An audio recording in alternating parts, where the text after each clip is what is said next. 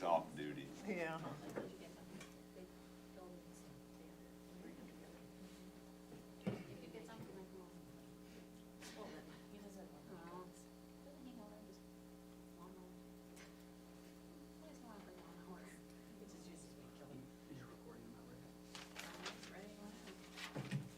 We're actually live, but you can wait a minute if you want to wait until 6:30 on the dot if you want.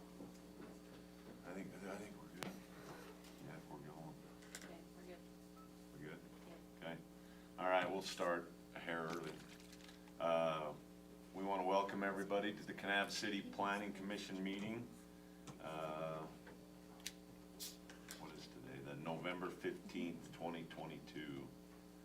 And we'll start off with our regular roll call. You want to start, Ben? Ben Clarkson here. Donna Huntsman here. Carrie Glover? JD Wright. Janae Chatterjee? Ken Burgraff, City Attorney. Colton Porter. All right, and then do we have anybody from the other meeting? Ben? Ben?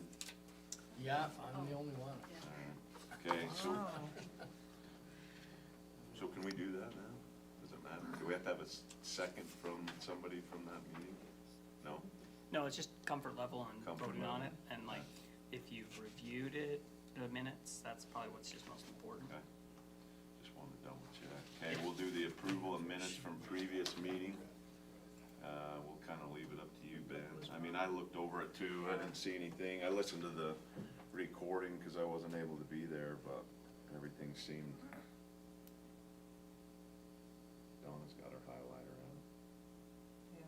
Yeah, I read over it, I'm just trying to make sure, yeah. Okay. I think that it's good, so I'm comfortable making a motion to approve the minutes of the November 1st planning and zoning meeting. Okay. Second. Donna seconds. Okay. All in favor? Aye.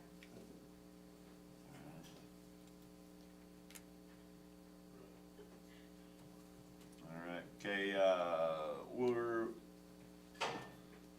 Come on in. We started a little bit early, so. Yeah. Okay, we got a public comment period for members of the public, but we also have a public comment period while everybody's here for the public hearing. So this first public comment period's for anybody that may be here for something other than the public hearing item, number 5. So if you have like a general comment that's not for that public hearing item, then we're gonna open it up right now for that, which I doubt I think everybody's here for the public hearing, so.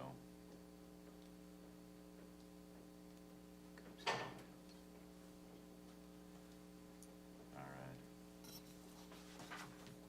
Okay, again, we got somebody that just came in, so we have a public hearing for the annexation, 36 parcels, and it's our number 5 agenda item, but we have a public comment period right now. If you have something that's different, that's not for that public hearing item. So if you do, now's your time, and we'll open it up so everybody can comment for the public hearing also. So, all right, we'll move on then. We'll get going to number 4, legislative decision items. Discuss and recommend an amendment to Kanab City Land Use Ordinance, Chapter 20, Commercial Zones. And we'll turn the time over to you, Janae. All right, so I did create a staff report on this. It's just updated with the previous staff report and the update from City Council, where they asked this to come back to Planning Commission. One of their concerns, I'm gonna pull up the staff report, one of the concerns is the number of commercial parcels that remain in the city that are undeveloped. And some of the permitted items on the land use chart. So they wanted a full review of the land use chart to look at, are those uses really like a commercial use that we would like to see, or a use that we would like to see in the commercial zone, where we are limited on commercial space and commercial parcels. So I did create a spreadsheet. I went to from our zoning binder and pulled the commercial parcels out. Trying to get it to pull up here. And went through each of the parcels to see if they were developed or undeveloped and what they were developed as. So that's this right here. We can filter it out a little bit, but I went through and looked at some of the stuff, and 18% of our parcels, we have a total of 343. Let me double check that. I'm pretty sure it was 343, or somewhere close to that. Yeah, 343. Out of those 343 parcels, 18% of them are undeveloped. And then 23% are developed, but they're developed as a residential use. And then the rest are all commercial use, developed as commercial. There are a couple scattered in here that are developed as parking lots for the commercial use, but I can still consider that commercial use. So we can filter this, but I wanted to give you a general idea of what we're looking at when it comes to commercial parcels. And if you take those numbers, about half, well, actually, I shouldn't even say half, a quarter of them are residential and a fifth of them are undeveloped. And that's really all we have left for commercial as far as undeveloped. You can always take a commercial property that's developed and change the use or the business or anything, but we can come back to this if you would like. I'm gonna go back to our red line version of the ordinance. So we went over this June, I think it was in June, and we made some recommendations or some amendments to section 20-2, which was the descriptions of our zones, and then we were making changes to the land use chart.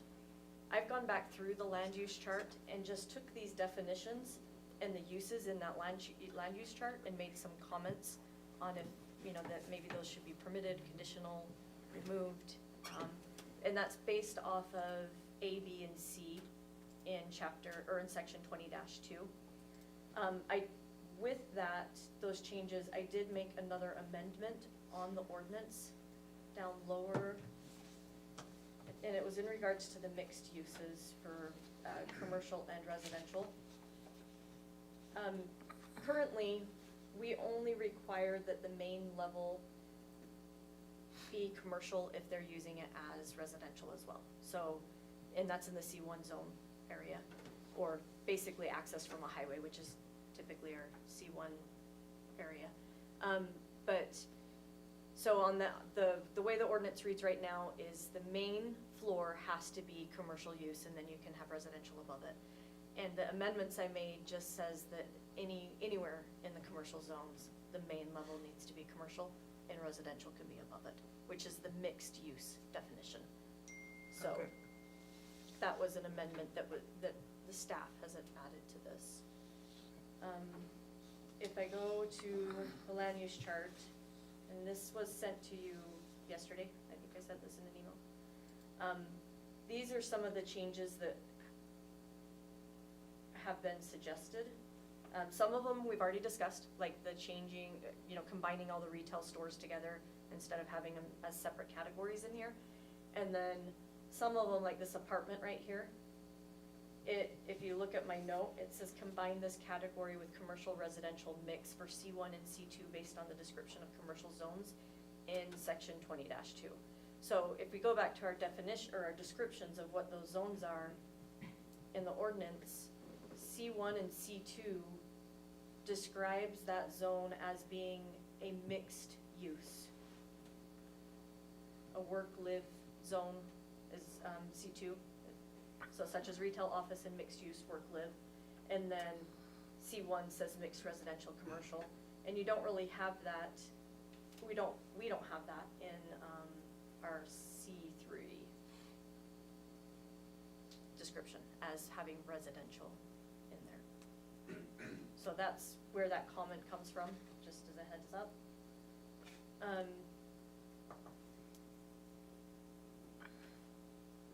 ones were already changed, so you can see like the computer, office equipment, that's the retail store that we combined together.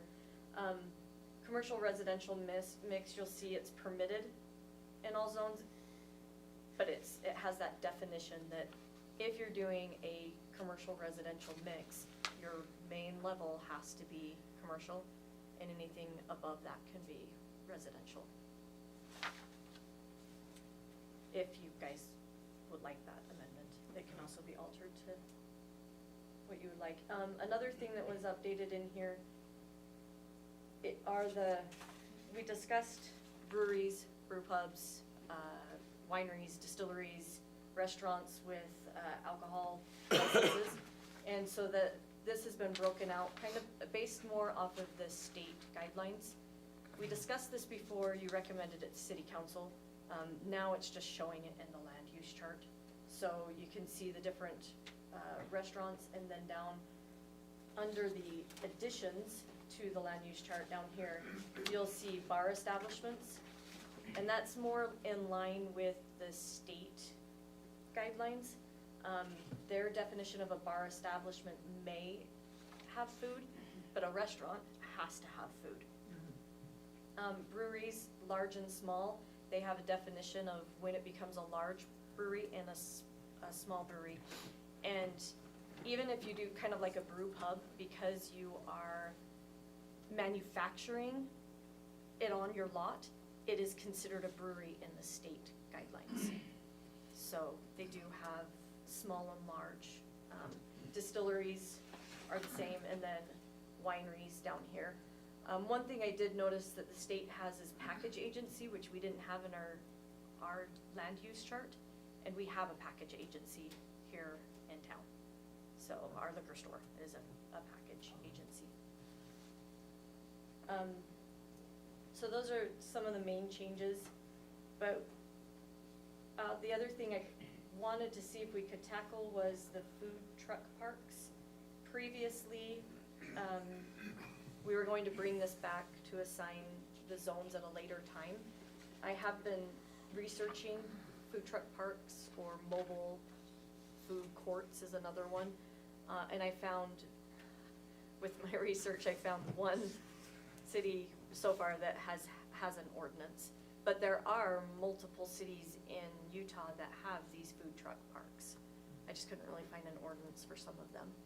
So there was an example ordinance that was sent out that we can go over here as well. Were there any questions on the amendments that staff made to the land use chart or the example ordinance that was sent out yesterday?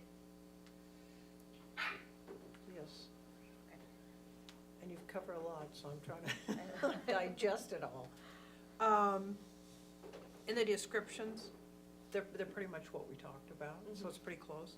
The one thing I did notice in the C3 commercial zone, if you go down, you know, it's the second sentence where it starts other purposes first, and it starts there. You get to the point where it says, commercial zone is to promote safety on the highways and convenience of the traveling local and public. I think that was supposed to read the local and traveling public. It reads, see what I'm saying? Because it says traveling local and public. Okay. And it should be local and traveling public, which is kind of that verbiage we talked about before. Change that. They do.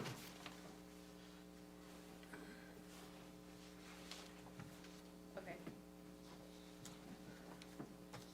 And then just to be sure I understand, the changes you made on the last page of this ordinance, the change you really made was to have the word all in there, in all commercial zones. Okay, okay.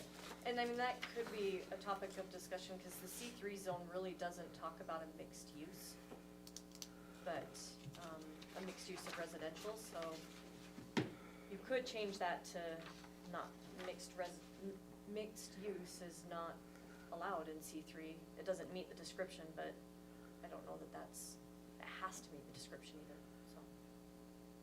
No, but the more we add that, the clearer it'll be. I think one concern, and that I brought up to city council is, a lot of the inquiries I get on commercial are related to putting in apartments or multifamily, and not commercial uses. And where we are limited in those undeveloped, I think that was a concern for city council. And Celeste is here, so she can discuss that as if I was misinterpreting, but that was the sense I got from city council, is we wanted to make sure those uses in commercial are being utilized appropriately and make sure that our uses allow for that too. So what was their concern in sending it back?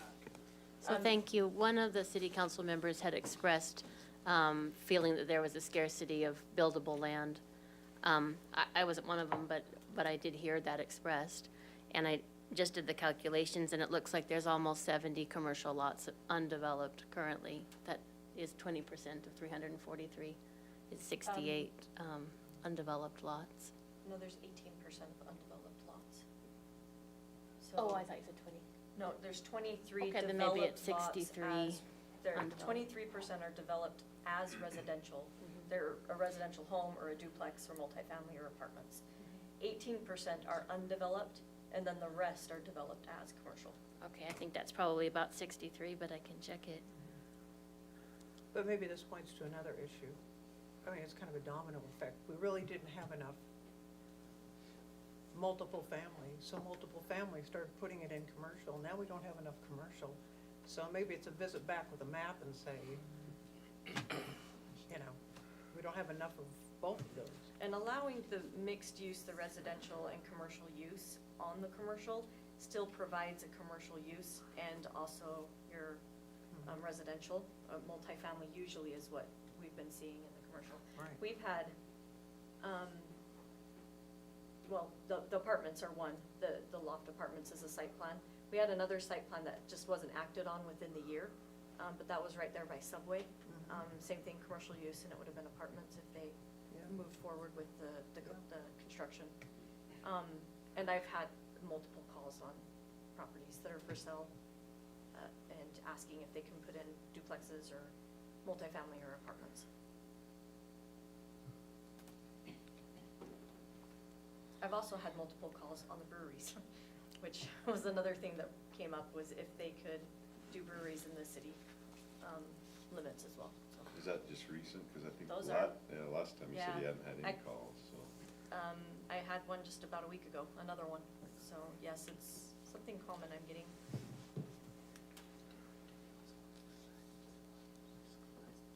Yes, yeah.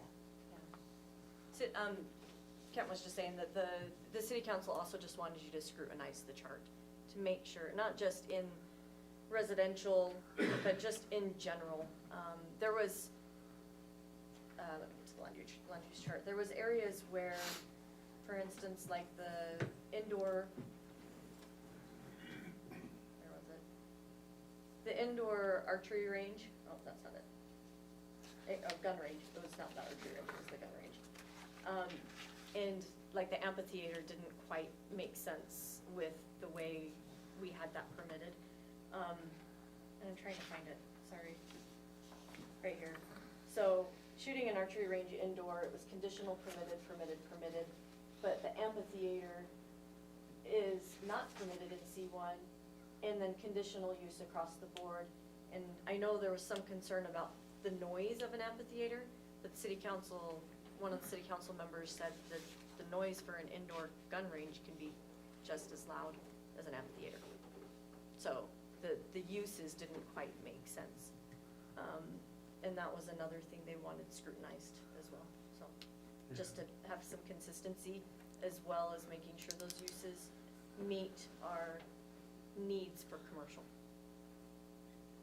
So what they're asking is, because we don't have enough commercial property, to look at all of these different businesses and effectively say which ones we want to have more scrutinized versus using a conditional use versus a permit, to say whether we want these or not, or how are they,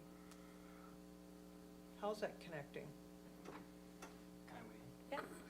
So, it's not so much, and I think Councilmember Myers is correct, that there was some opinion, it wasn't necessarily a consensus about the scarcity of commercial property, that's available for development.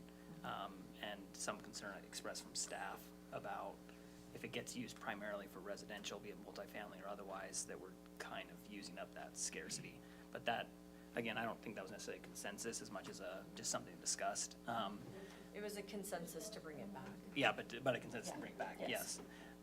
When it comes to this land use chart, the amphitheater versus the gun shooting range, the indoor range, they just thought that was inconsistency. If both of those you're kind of worried about, for example, noise, why are you doing permitted for a gun range, but you're making it conditional in the amphitheater?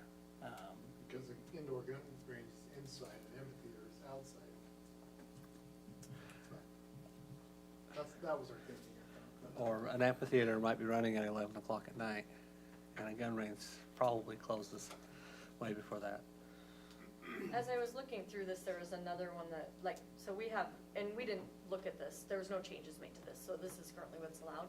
And it's the live or amplified music, doesn't really discuss indoor or outdoor, but it's permitted across the board as well. So that was a note that I made on the amphitheater, was that it may need to become consistent with live and amplified music.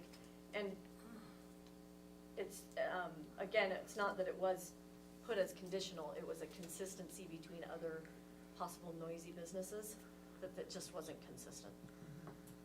But again, you're asking us to look at these and consider whether they should be permitted or whether they should be conditional use. Yes.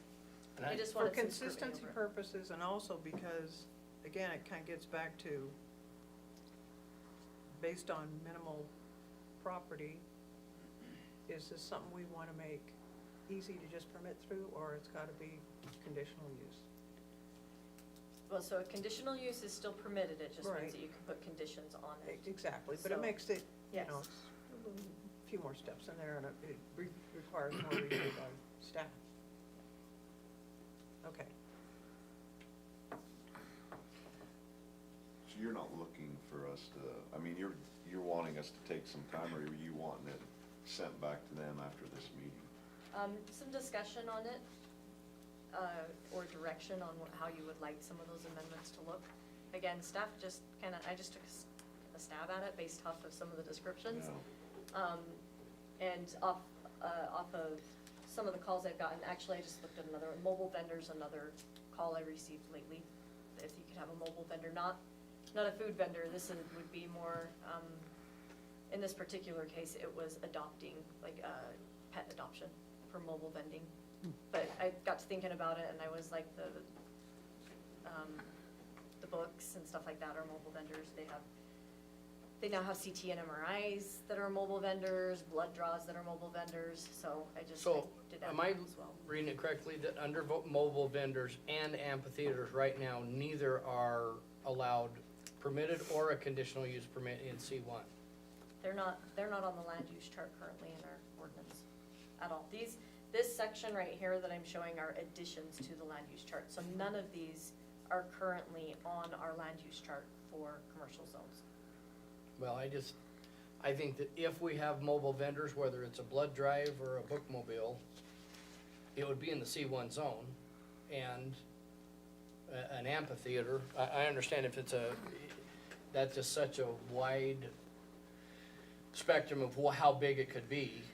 If it's a Tuacahn or something that's gonna have a lot of high music, it needs to be maybe not in the downtown, but if the old barn playhouse that's at Perry's Lodge was outdoor, not indoor, and it's a gathering of 20 people for a class or a speech or something, that wouldn't be at least a conditional use permit in the C1 zone.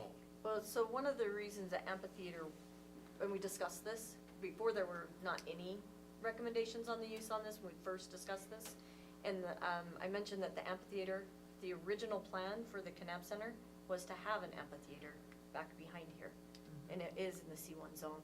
And that was some discussion that we had a long time ago. But isn't I mean, that it's back in there? May. What's Did that? they tear it out? It's still there. They put in the stage, it has the seating, they used it for a I- while when they replaced the gazebo. It's not But- there anymore.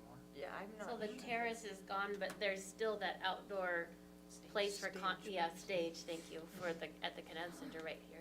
Right, that's why I don't, it may have gotten reduced or something in the interim of construction that didn't get relocated, but I assumed it was still there, and it is in the C1 zone. So to not have it allowed at all, I would prefer at least be in a conditional use permit. And so that, again, then it could be permitted based on, if it's for 10 to 30 people, there's a lot of commercial property in downtown with our weather and stuff, that an amphitheater would be a great, it may not be the qualifying thing for that zone, but if a business wanted to add it in the backside, or like I say, the old barn theater in the back of Perry's Lodge, if they were told you can't have that now, that would have eliminated a lot of uses the previous decades and stuff that's being used now. And again, it's, what's an amphitheater could be so widely interpreted, but I So would it could be large or personally small. like to see at least put a C on there as a condition, and then we could ask those questions on a case by case when Control they, timing and stuff like yeah, that. yeah, to make sure that, yeah, they understand the noise ordinance Mhm. levels. If it gets to be rowdy and those things, it would be regulated then as a nuisance, not that it wouldn't be permitted as long as they keep it peaceful. Agree with that. So I got a quick question too. Based on the additions that you did, it sounds like a lot of your decisions is to, well, to decide whether it was conditional or permitted was based on what you saw with the state and how the state decided to do these? The name of it was by the state. The name, So, yeah, okay. the category So, itself. okay, so the definitions and the new additions were a breakdown based on, so how did, like, I'm just looking at like brewery, small, and bar establishments. There's differences between the two. How did you decide if it should be conditional, just kind of based on what it looked like, or? So a brewery small is, and I may have to go back and check, it's a certain number of barrels that they sell. And a brewery large is outside of that. And you'll notice that a lot of those establishments, the alcohol establishments in the C1 were put with the conditional use. A lot of that's more geared because there's nuances just in state level to have it. We have our churches and school, right, currently have the school downtown. And that plays a lot into whether or not they're gonna get a liquor license. So that's kind of why that was conditional, is more that then you can discuss with that developer or that owner that they need to go to the state first, and make sure that this is even a possibility based off of churches and schools in that Because area. whether we Okay. allow it or not, the Yeah. state Yeah. won't let them have it regardless. Yeah, So, Yeah, we used to be able to override it, but they basically said no more. No more exemptions by the city. But the large and small that you're discussing, if you go to the ABS site the ABS site for Utah, and you go to breweries and distilleries, it talks about whether they're large or small. yeah. And I was actually comparing brewery, small to bar establishments to just get a sense of, you know, why is a bar establishment all conditional and then a brewery's conditional and permitted?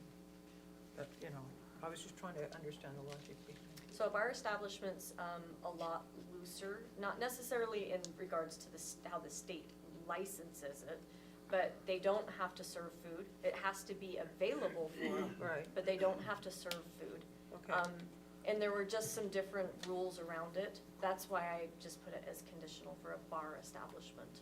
okay. It's really more like a bar type club that you would just be able to Okay. go and drink at. And then winery,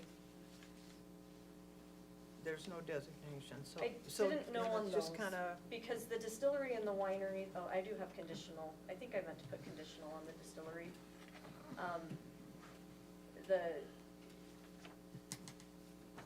They don't really have like the breweries where they had how many you were selling, barrels you were selling. It wasn't like that with the distillery, so it's more like a manufacturing, but you could go and do wine tastings or tastings and stuff like that. But it was more of a manufacturing of your alcohols and wine, so. okay. and those are gonna be bigger facilities, I just kinda, for me, it went Yeah. more with the C3, than anything. Is it packing agency, is that like a, So a package agency is basically a privately owned liquor store, it's not owned by the state. That's my understanding of a package agency. so it's not like UPS store? No, not that I'm aware of. I mean, you can go in and order certain things that they may not have on the shelf, but I believe you still have to pick it up there if they don't mail it. But you can do that at state-owned liquor stores as well. Donna, I do believe I meant to put a C on distillery for C3. It does show non-permitted. On C3? Yeah, I think I just failed to put the C in there, because it would have matched more with the winery that has that C. So like on brewery small, and I don't mean to beat this to death, but like on brewery small, you've got conditional in C1 and a permitted in C2. Is it because you perceive C1 as more retail and that kind of commercial, and a brewery's more industrial, so I'm sorry, say that again for me, which under one you're brewery comparing? small, Uh-huh. so you've got under C1 zone, you've got conditional, and under C2 you've got permitted. C2, we don't, other than now, maybe down by, the fire station, we're not gonna run into as many regulations with the state allowances around churches. Okay, so once again, and- it's getting back to Yes, how you're meshing with the state as far as being able yeah, to the license state. it. Mhm. As Okay. far as your, Okay, as far as the descriptions at the beginning, they probably allowed in either one of those zones. But it was more geared also to what is in our zones. okay, okay. So I wasn't sure, I think all of us didn't quite know exactly why it was coming back and what we needed to look over, so I don't know, what do you guys think? Do you wanna spend the time and go through each thing? We can go to the next item and then even go back to it. I I mean, I think we got a lot of people. I think here. everybody here's for the next item. Why don't we, Yeah. Yeah. why don't we That's what I table mean, I it, just don't go want- to the next item, then come back to it? If we have time after this next item, then we could go back to some of those. Not that I feel like everybody here should have to enjoy what we go through. Well, All and I the think the if you excitement took that's here. time to really look at it, that is what city council is asking, Okay. is to really scrutinize the uses. Yeah, um, yeah, and I think we could based off do of what that they do. on our own, kinda now that we know more about what they wanted and what their concerns were, so. Cause I wasn't quite sure either. I mean, I read through it to see what the red marks and all that, but I wasn't sure on. So, I think we all have a good idea now. We can spend some time, and even if we have time after the public hearing, we can do that. Everybody good Okay. with that? Oh, yeah. Okay. All right, we'll move on. We'll move on to the public hearing to discuss and recommend the annexation of approximately 36 parcels adjacent to the Kanab City Airport, applicant Kanab City.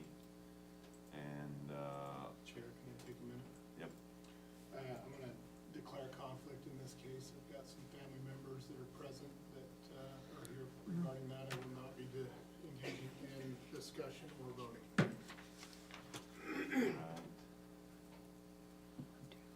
okay, I think just from my experience going through all these public hearings, especially when we have a lot of people here, I think it's better to kind of go through, we usually normally open it up, public hearings right off the bat, and open it up to the public comments, but then we seem to have to go back and have a lot of questions as it's discussed and explained by the city, by Janae and Kent. So I think it'd be better if we kind of dive into that, and then we can open it up.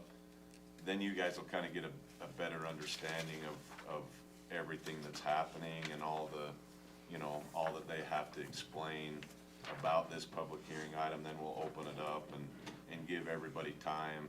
And then you may have more questions that can be answered, and we don't have to keep going back and forth, because it seems like that's usually what happens on public hearings like this, so. But we definitely are gonna give everybody time and, wanna hear your comments too. We've all known this was coming, you know, we've kinda all heard and knew, it was gonna be here soon, so. And we knew there'd be, I mean, obviously, you guys are all, I mean, locals, you know, long-term locals that have been here forever, so we, you know, it means a lot to us to do this right and to hear everything and hear all your comments, so we'll, if you guys are good with that, we'll open it up for Janae and to kind of explain what's going on. I'm gonna actually let Kent explain Okay. a little bit, and then I can explain some stuff too. So let me just give you a little bit of a framework of what kind of governs annexation. So there's two parameters, or two legal authorities on this that we're dealing with. One is state code under Title 10.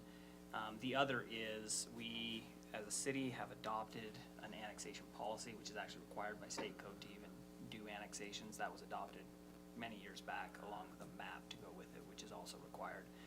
So the current circumstances that bring this issue to us is not a petition for annexation, but merely to address an area that would be considered a peninsula or island, you know, that's surrounded by the city. So as you can see on that map there, you can see kind of that gray shaded area. Those are all unincorporated areas of Kane County, and then the white that surrounds it is Kanab City. And so you can see why they would be considered either islands or peninsulas. And so they fall under a specific code section of state code. And so what's required as far as process is for the planning commission to weigh in and give a recommendation in favor or against annexation of these areas. And that the city council then has to consider whether to pass a resolution. That resolution is specifically to indicate the intent to annex this area. They have to then give at least 30 days for written protests to be submitted and notice up a public hearing on the issue. Again, it has to be at least 30 days out. And so in this circumstance, tonight you'd be doing considering a recommendation for or against the annexation. It would go to city council in December for them to consider whether to adopt a resolution indicating their intent. And if they do adopt the resolution, then they would be scheduling a public hearing in January, as well as an ordinance to actually annex the parcels as listed out.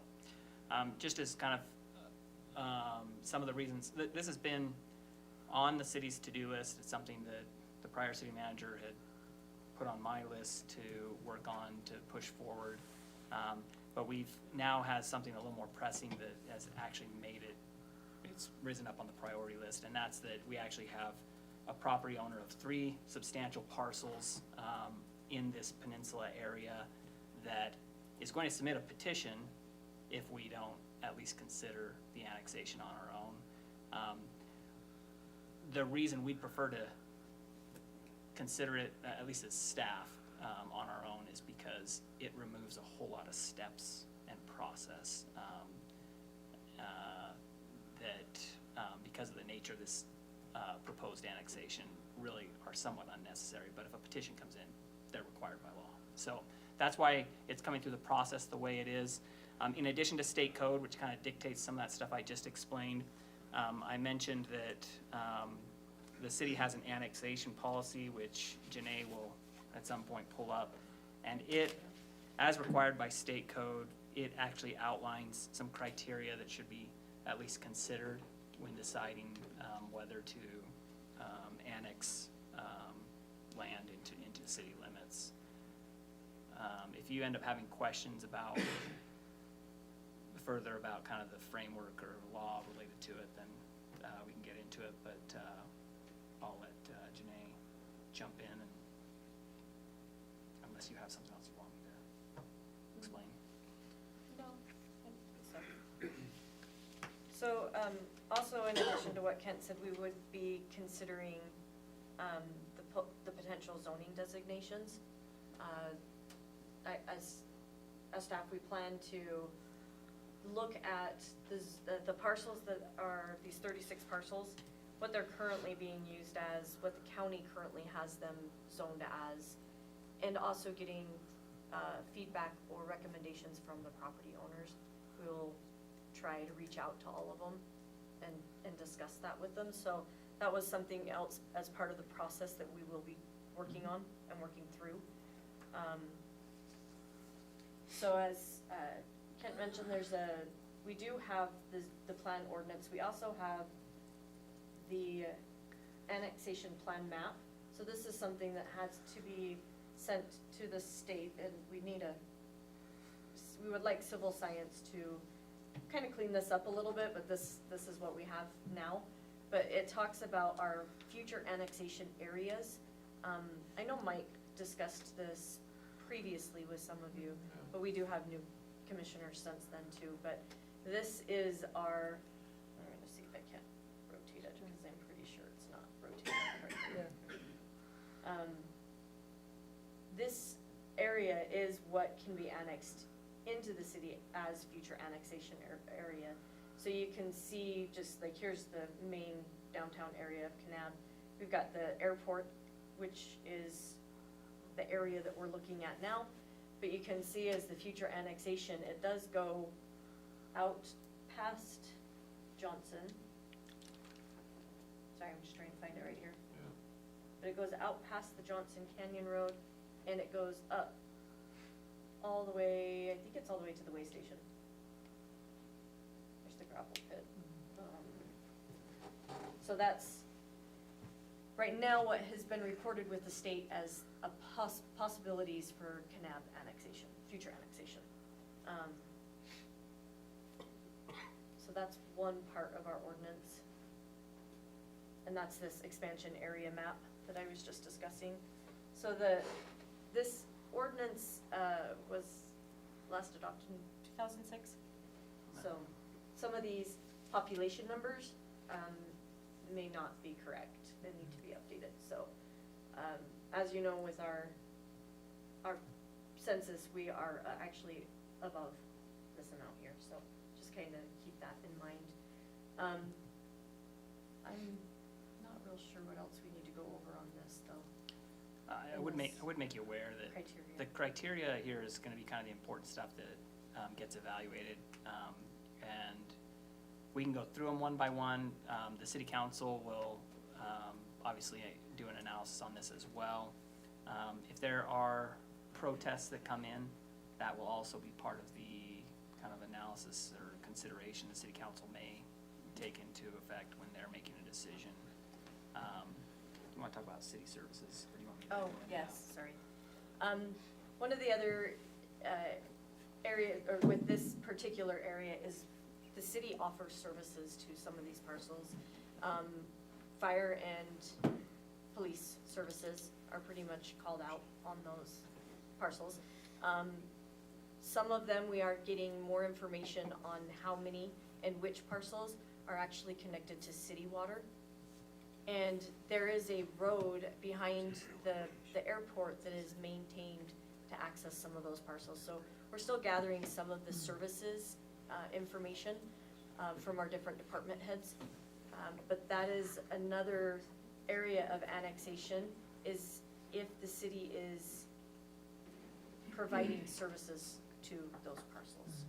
Yeah, that's kind of a crucial point, kind of a threshold issue is, on this specific type of annexation is, has the city been providing one or more city services to the area for a year or more?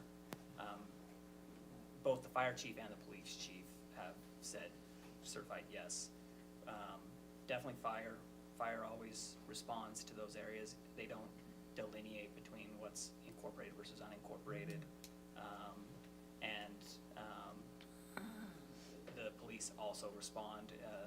Chief Cram specifically mentioned it in expressing why, because oftentimes deputies, and Commissioner Wright can maybe speak to this, oftentimes deputies might be out east of town or north of town, and the Kanab police are typically in close proximity, so they're either showing up primarily or showing up to assist in those areas, and oftentimes aren't thinking first, well, is this parcel incorporated or is it not?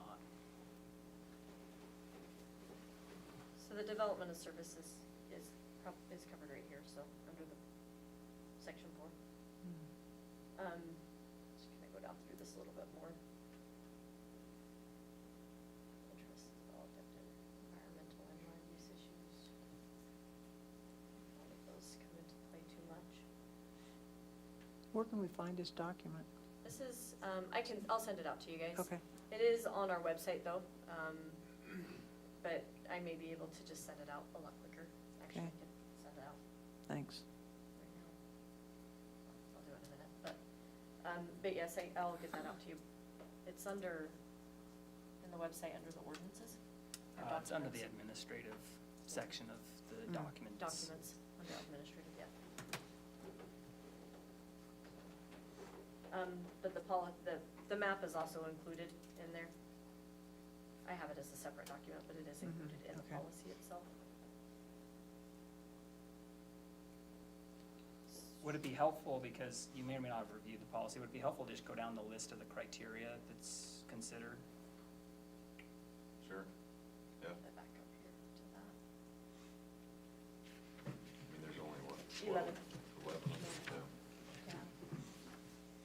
So 1, areas to be annexed must be contiguous to the corporate limits of Kanab City at the time of submission of the annexation request. Number 2, Kanab City shall avoid gaps between or overlaps with the expansion areas of the municipalities.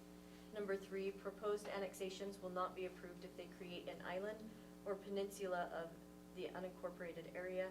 Number 4, areas to be annexed shall not be located within the corporate limits of another incorporated town or be part of a previously filed annexation petition that has not been either denied, accepted, or approved.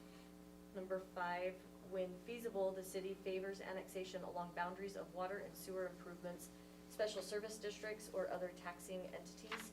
Number 6, it is not Kanab City's intent to annex territories for the sole purpose of acquiring revenue. Number 7, there has been no exclusion of urban development within the policy plan. No urban development as defined in Title II, Section 2401, 1I, Utah Code annotated exists within 1/2 mile of Kanab City's boundaries. Sorry, 1/2 mile, not 1/2. The annexation petition must comply with the requirements of Section Title II, 403 Utah Code. Exhibit B, annexation will facilitate the consolidation of overlapping functions of local governments by assuring jurisdictions is providing services to an area. Number 10, Kanab wishes to promote the efficient delivery of services by clearly defining who will provide service to a particular area. Consideration shall be given to encourage the equitable distribution of community resources and obligations. And number 11, Kanab's capital facilities master plan outline the provisions of municipal services in the annexation policy plan area and assure that the services will be equitably distributed. Mhm. Equitably. And they don't all need to be met, is that correct? No, it's just criteria that's supposed to be considered. So state code has specific, just a couple limited specific things that are required. So this is stuff you'd consider, but things that are specifically required would be to essentially establish that one or more city services have been provided to these areas for a year or more. There's also a limitation that there's fewer than 800 residents in the area, and that's met at this point. So those two are the kind of the required criteria, while the other stuff are items to be considered. When it gets to the city council, and I don't know that I'll necessarily belabor the point because you're not dealing with it, but when it gets to city council, when they ultimately get to considering the ordinance, if there are protests, then there's specific criteria that get considered at that stage, but it's not necessarily relevant for your recommendation at this point. Thank you. You got any more, anything else you wanna, do you guys have Unless you have Donna questions. before, what do you think? Should we open it up, or do you got any questions before we open it up, or? I have two questions. Yeah. Did Kanab City give what its intent was, the reason why it was incorporating it? Yes, so, well, the city council discussed it. In fact, Councilmember Myers might have been and/or Janae might have been more aware of what city council discussed in 2021. They began the discussions about annexation plans back then, and so this was one area that they wanted to fix, particularly because we're already providing substantial city resources on the backs effectively of Kanab residents to non-Kanab residents. So that's potentially one reason among others, also because it's a peninsula. And so for the county or to provide services, or, well, and there's probably an expectation of city-like services in an unincorporated area, and the county's policy is typically, they don't provide municipal-type services in the unincorporated areas. So they talked about this area as well as some other areas for annexation in the adjacent portions of Kanab, like up the northern area and to the east of the city limits. One of the driving things, so this was on the to-do list, but one of the driving things for the city staff to bring this before you now is because we're on the cusp of receiving a petition to do this for 3 substantial parcels there anyway. And rather than take unnecessary steps in process by receiving a petition, it's much better for us to, and more direct for us to approach it this way. So that's the reason for the timing, but it's been on our list, and the city council of last year was making it a priority for city staff to do it. Do we have an estimation of what the tax burden increase would be for landowners? So the landowners in that area, in fact, had a discussion with one of the commission members just earlier today. So what ends up happening is the landowners already pay the county property tax, which I believe is 0.00239. You have the city property tax that gets added to that, which ends up being 0.01098. So a little less than half of what the county's imposing. So you kind of consider their taxes, that there will be an increase on property taxes. Now for those parcels that are already receiving city water, because they're in the unincorporated area, assuming they're being billed correctly, they're actually supposed to be paying twice the water rate that residents do, because we're affording them a service that usually only residents would be entitled to. So when it gets incorporated, while their property taxes will go up by the city's rate, if they're paying city water rates, that will be effectively cut in half if they're being billed correctly. So there's kind of, I'm not gonna say it's a one-for-one, because I don't actually know the numbers, but there at least is some offset there based on that. Which is, on the water rate, that's separate from the irrigation. Yeah, irrigation companies, it's a complete separate thing, and so there are some parcels out there specifically that are being used for agricultural purposes So- that may actually be receiving water from the irrigation company. Okay. Any other questions, Ben? I'd like to Yeah, hear questions and comments from the citizens this document was written and has only been exercised that I'm aware of, when there was petitions from landowners asking to be qualified in the city. This has been a long-running, issue as more areas have been annexed in the city to where it was a peninsula now to where it's an island, and that island has shrunk significantly land-wise, but I don't know how the remaining citizens and landowners feel. And if I may, just before you go into public hearing, Yeah. I just remembered, so, based on Commissioner Aiken's question before, one other reason why we're going through this process as opposed to waiting for the petition is the petition would trigger us to look at the whole area, because the state code directs that you should not do an annexation that creates an island or a peninsula, except under very limited circumstances. And so, because of that, if this petition had come in, we'd ultimately have to bring it before you in its entirety, because the parcels specifically that I had mentioned before, if they alone were annexed, it would be creating an additional island within this unincorporated area. All right, well, yeah, I think we're all anxious and have some of the same questions you guys have out there, so we'll move into the public hearing comment section, and we'll try not to, I mean, if you have questions, we'll try to address them, you know, or a member of the staff will, if it's a specific question, we'll try to address it or talk about it, but we don't want to just kind of go back and forth. And, you know, same with the public comment period, we just ask that you try to keep your comments as brief as possible, 3 minutes or less, and be civil and, you know, all that stuff. Trevor, I'm talking to you. Just kidding.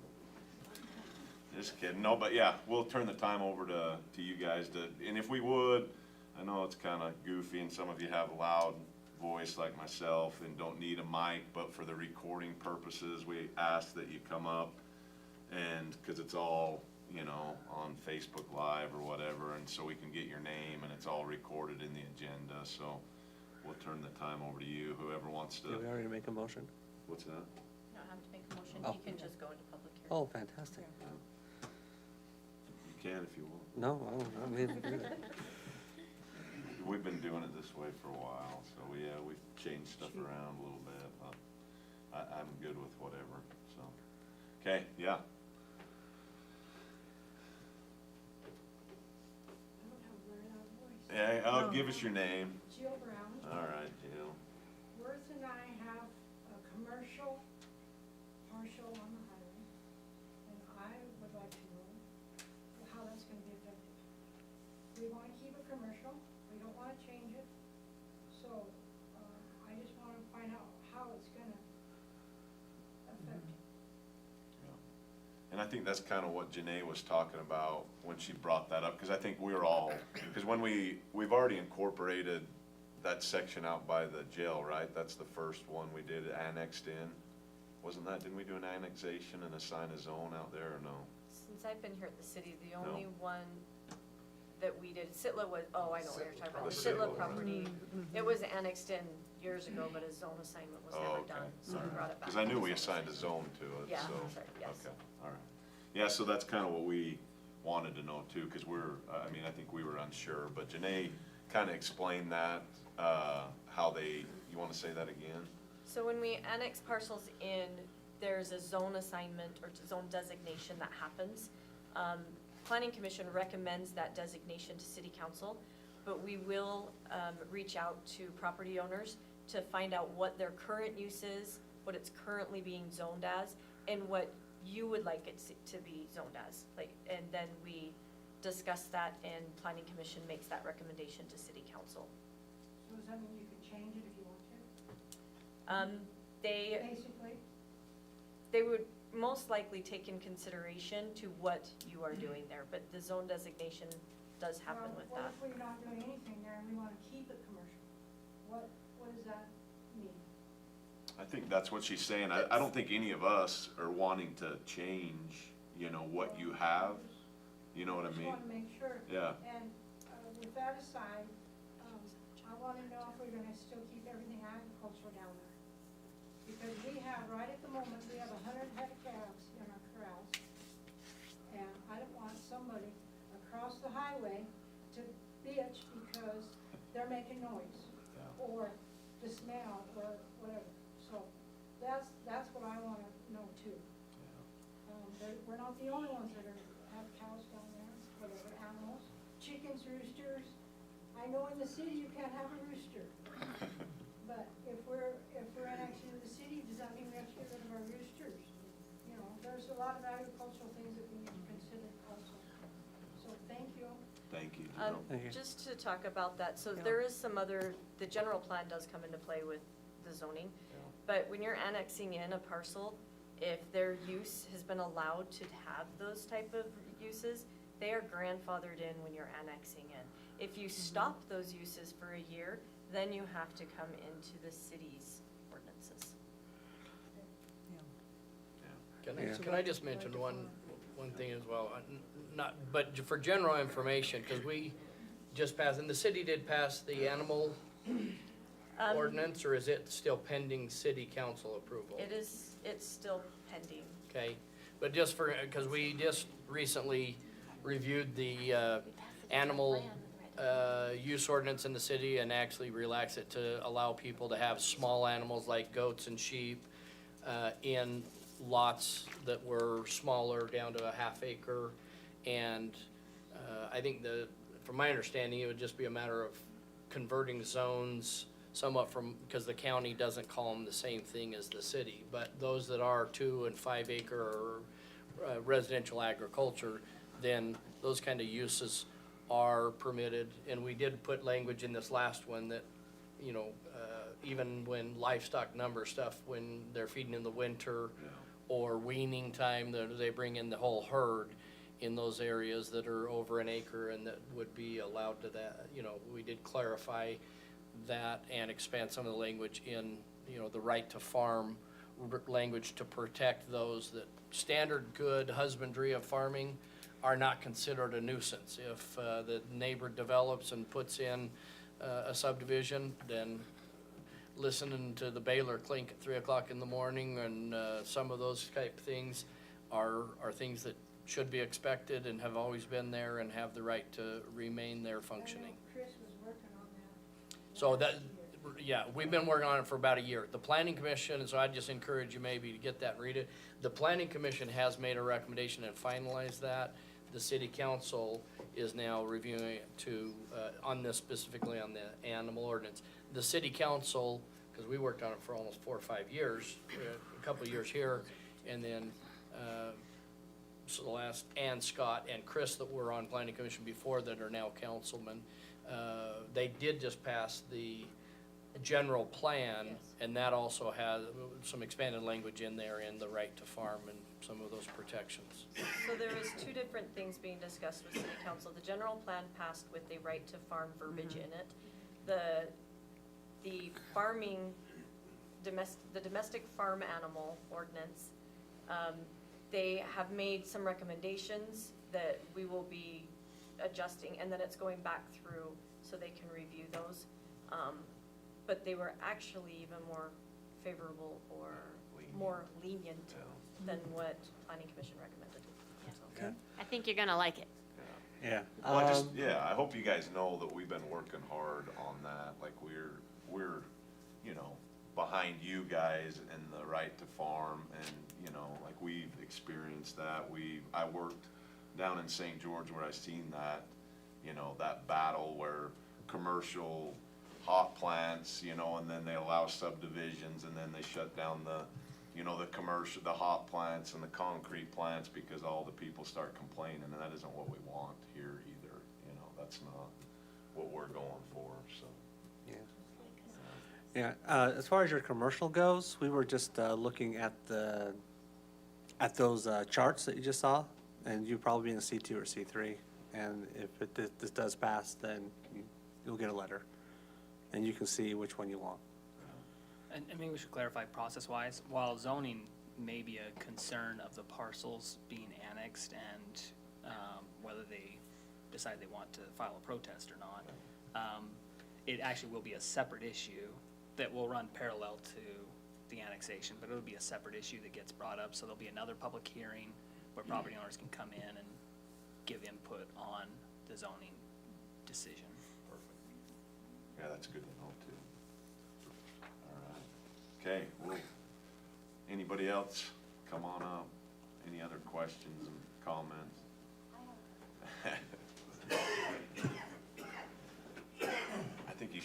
ever stand up and do it. Jody Peterson, so my, dad actually owns a property, we have a big nice ranch out there.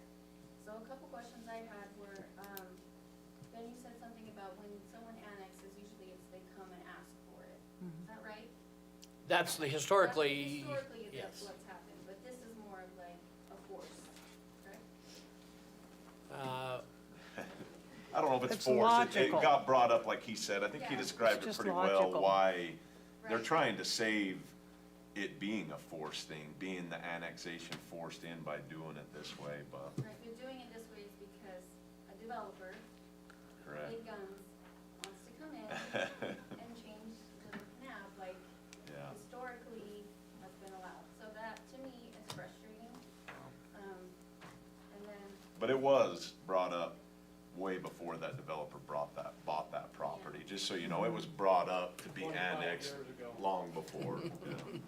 right, but like I said, Yeah. that's usually something that people come and say, I would like to be annexed. So if it's forced, then what are the property owners going to gain from being annexed into the city?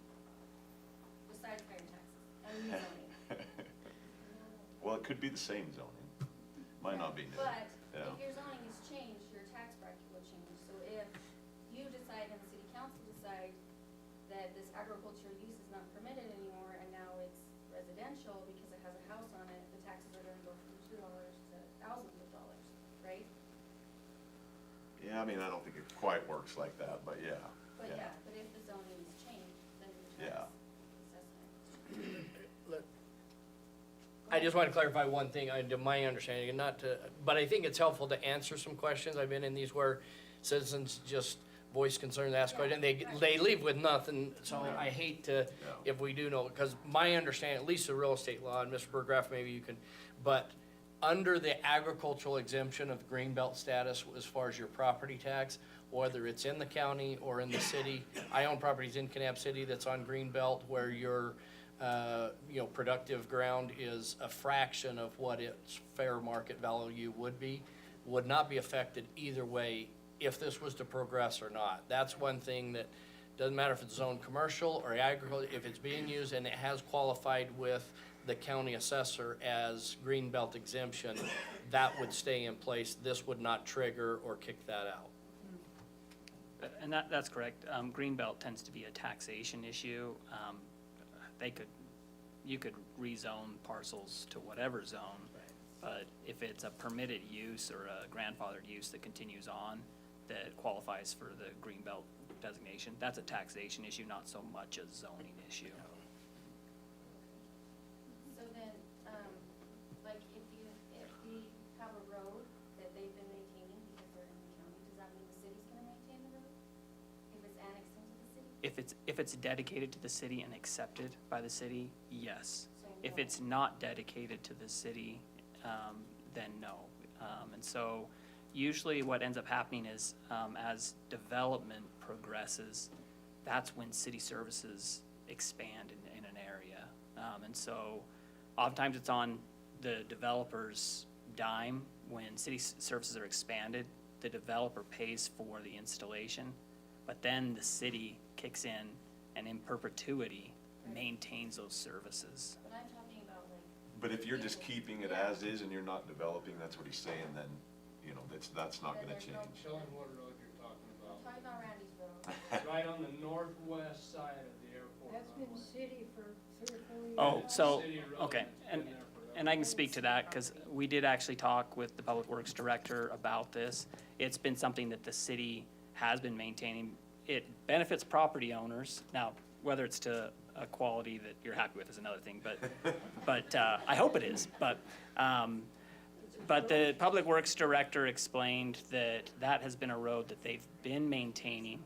It benefits both private property owners, but it's also been maintained by the city because it also benefits the city as far as the airport access around that side. This hadn't been So- maintained. It gets maintained like twice a year and there's potholes big enough to swallow this room.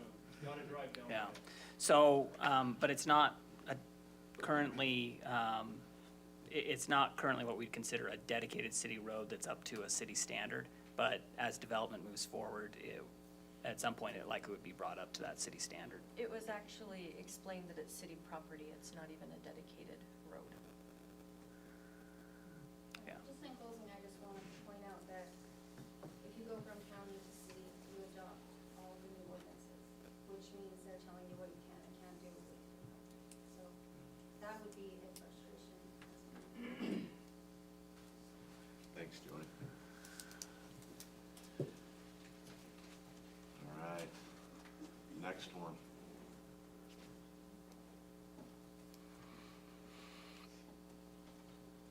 Lex? No question? She already asked the question. Okay, all right. You got a group. Well, my question is, sorry, I wasn't here, but if we annex, does that, Who's she? does that change the status of the road? Like, is it gonna be maintained? Well, that's kind of what we just went Sorry. over. Yeah, no. That's really- Sorry, what's her That's really name? my only concern is the road Lexi is Little. walkable. Oh. And so you're talking, I mean, just for me, like, you're not talking the main road from Mike's at the, down, you're talking from there down, okay? Down, heads west. So that's turns, city heads property? south. That's city property. That's- goes I mean, I down thought the Main road behind the way It's was that city. one. To me. So JD, or, Carrie, the road that goes to my house, Uh-huh. to my entrance and Jeff Allen's, is city property. That was given to the city by Jeff Allen in exchange for a water hookup on his, west property boundary, and he never received that. So Yeah. he gave them that property. And I don't want to, I can't speak to the status of the road because I've not been out there, so, but with receiving that property, I mean, it's city property, it affords access to private owners. I'm not justifying the condition of it as much as I'm just saying it affords access that wouldn't otherwise be there, except for the property owners going and establishing their own prescriptive easements to get access so that they're not landlocked. The annexation won't affect the status of this road by and in and of itself. However, the property owners who are annexed in now become residents of the city. They have a voice that's more relevant to the city council and the city administrators as far as what's done with city property. And so I can't speak for the policymakers as far as whether that would be an improved, become an improved and a dedicated road. But when you get asked, or the question gets asked, what benefits are there to annexation? Oftentimes, the benefits would be, and I'm not trying to persuade you one way or another, or nor the property owners, as much as just tell you a perspective, and that's that oftentimes, when you're going towards annexation, you talk about how you might only be getting one service from the city, and now you get all of them. And sometimes it takes development to bring those services to pass. In this scenario, that may be not quite as obvious in one part because quite a few of the city services are already being provided to these areas, including fire and police, and culinary water for quite a few of the property owners, not all, but quite a few of them. And so that's, it becomes less obvious that there's that benefit. At the same time, if the city decided at some point, and I'm not predicting they would, but policymakers obviously make these decisions, they could retract these services, and then it becomes, how do you get them? And that's why, that's some of the legislative reasoning why state code says, don't create these islands, don't create these peninsulas, because how does the county really feasibly provide municipal type services in this area?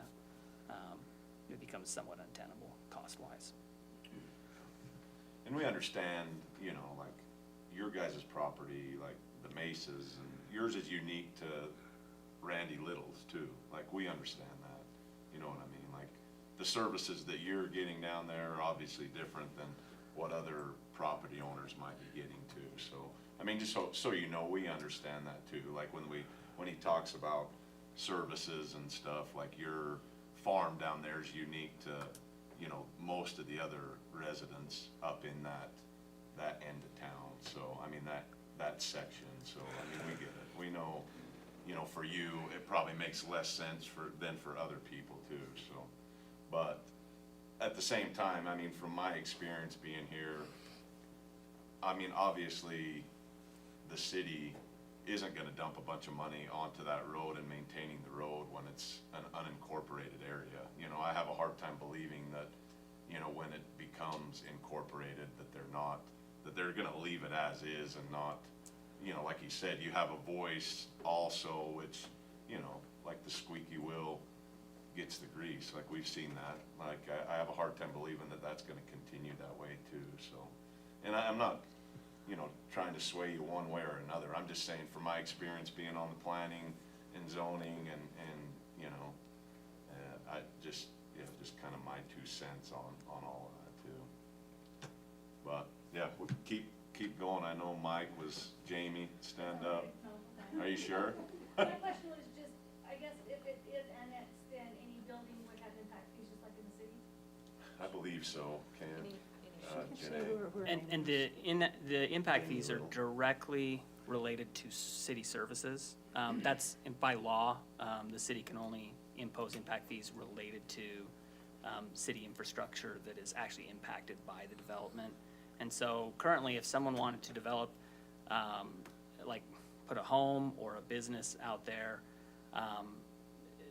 they would essentially, if they haven't paid impact fees in the past, that were required by other residents, then that just means that all the city residences are actually bearing the cost of the additional infrastructure impact, instead of the developer, the person who's actually building, bearing the cost of their own actions. So the short answer is yes, impact fees are applicable, and so the developer would actually be required to essentially help bear the cost of the increase in infrastructure demand.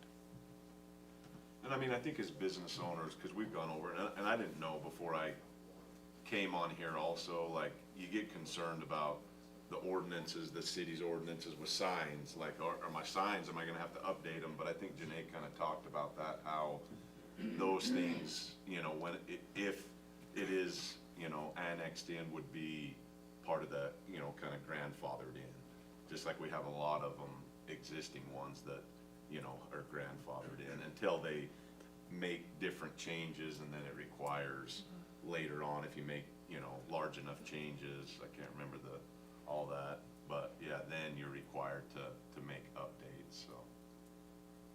I have 2 quick questions. One, is trash service a part of being annexed into the city?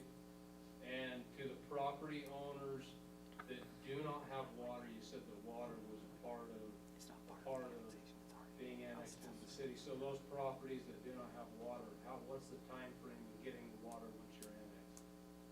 So Okay. as it, Yeah, this is, well, just for the mic, this is Randy Little, since you don't have to stand Yeah. up there, Randy Little, and then, yeah, go ahead. Ken. so as it relates to trash service, that's provided by the Special Service District, Western King County, and so it doesn't change annexation versus not, that's a service, but the billing. No, but we don't have trash service. We don't have trash service in the county right now. Yeah, so trash service gets billed by the Special Service District. If you're getting a water bill from the city, that will get included in. It's the city just billing it on behalf of the Special Service District, but otherwise you get a bill from the Special Service District for trash. You just have to make that request for trash service. So that's separate. Annexation doesn't really affect that one way or another, but the Special Service District does get notice of the proposed annexation in case they have any issues. The other question, as far as water is concerned, it's like any other resident of the city. You're entitled to a connection. There's, like any resident of the city, there's costs involved with getting a water connection. When you're in the unincorporated area, you're technically not entitled to a water connection from the city, which means if the city won't provide it, your options are potentially to go to the Conservancy District, and perhaps Commissioner Clarkson knows better, but I don't believe the Conservancy District is actually providing any water service to this area. No culinary, They're not legally allowed to. And were this a service area for the Conservancy District, they have a fee as well, similar to an impact fee that's comparable or higher for water, purely looking at the water, not collectively, that's actually higher than what the city's impact fee is. So when you look at municipal services, you get annexed, you're entitled to those services, but you're also paying the cost like any other resident of the city But does you for a guys hookup. put the meter on the property, cause I've got a piece of property that has the water line to it, no meter. So you would place the meter and I would just pay for the water. Yeah, you'd pay for the hookup and then obviously pay for the water. We would need the Public Works Director to weigh in, because it depends the type of hookup. Does it go along your street? Yeah, it's on the north. It depends if it's on the near side or the far side, of the street compared to where you're doing the meter. And so, I don't know what it is, but there's a fee schedule set for it. Jill Brown, So- did you have another question? I know you, Oh, he answered. okay. I was wondering if everybody knew how much it actually costs for an actual water meter. So, I mean, just me being curious, cause I don't know, so you, Randy, Lexi, you guys don't, do you get water from the Okay, city? so I bought the piece of property south of me, which was A to Joe. Uh-huh, When the city, years ago, when the city cut those fields in half to put that unmaintained road in that we're talking about, they were required by court to put water hookups on the back parcels, cause they had them on the front, but they didn't now have them on the back. Well, I was told that if the water was vacated for 3 years, the city pulled the meter off of it. That's the situation with my property. So I think technically you go back far enough, the city owes that hookup because it was ordered that way in court in the late 70s. so, I mean, at your guys' house right now? But are yes, you- in my house, I'd have city. Okay, that's what I was, that makes sense what you're talking about. I just wondered, like, the residents down there, cause I had no idea. I didn't know if there was, you know, if the Water Conservancy, I you mean, know, we if that don't was an trash, option. you might as well have a well. I would say if there's a water line that's already going to your property line, Yeah. it's Yes, actually, there is. it's cheaper for the Yeah. hookup than where they're not, where the city have to actually bring the line out there, so, There's just a place where the meter was pulled at, that's all. yeah. Okay. Yeah, so the hookup's definitely less expensive, but there's a fee involved with doing the hookup. Their water's at the property, they just need to put the meter in. Yeah. Exactly. To bring it to the property is more expensive than to just set a water meter.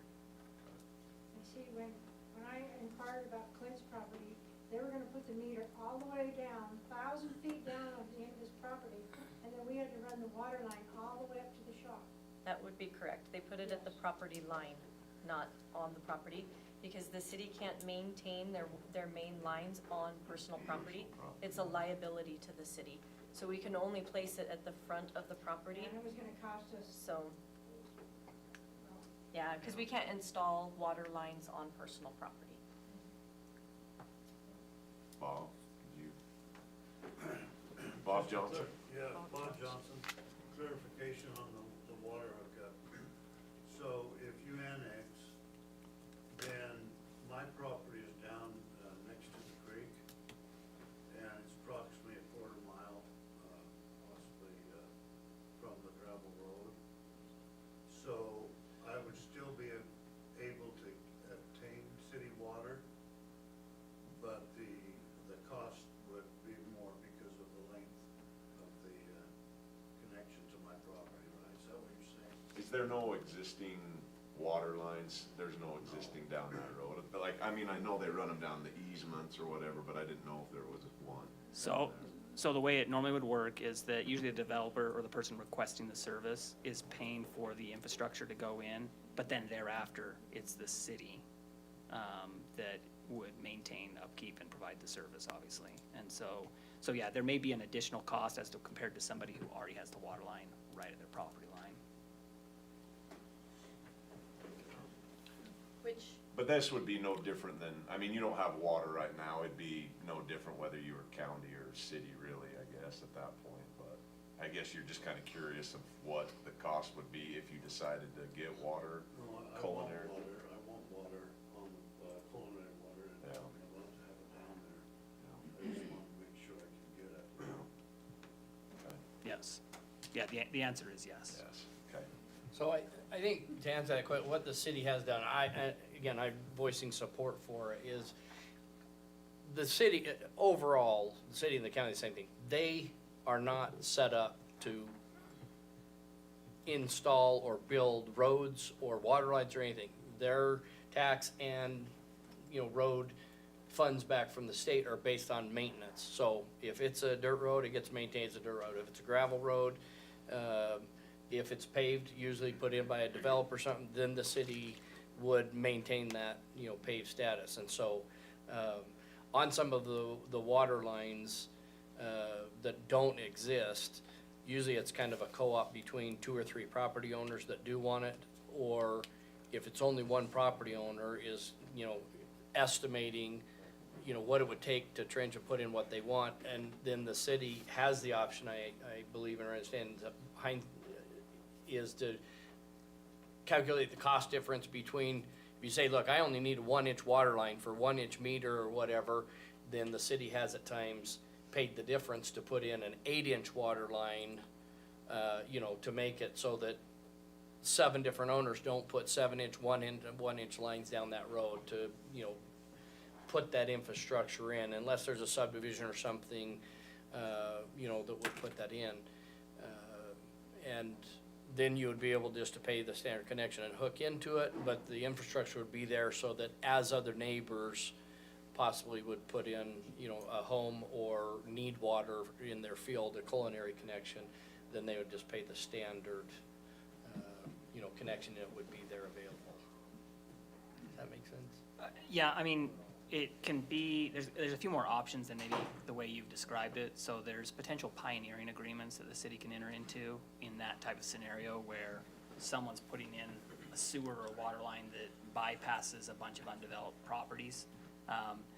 There can be agreements that address the upsizing requirement, meaning making the pipe larger than maybe what is needed for that individual one, by way of getting impact fee credits or some other financial arrangement, so that the sole property owner doesn't just have to pay for everybody else's hookup effectively, or infrastructure. So there's some different options that when a person gets to doing that, they can talk with the city about different types of agreements and how to arrange it financially if the city is requiring the infrastructure to be upsized beyond just what the individual property owner needs. All right, more questions? Anybody?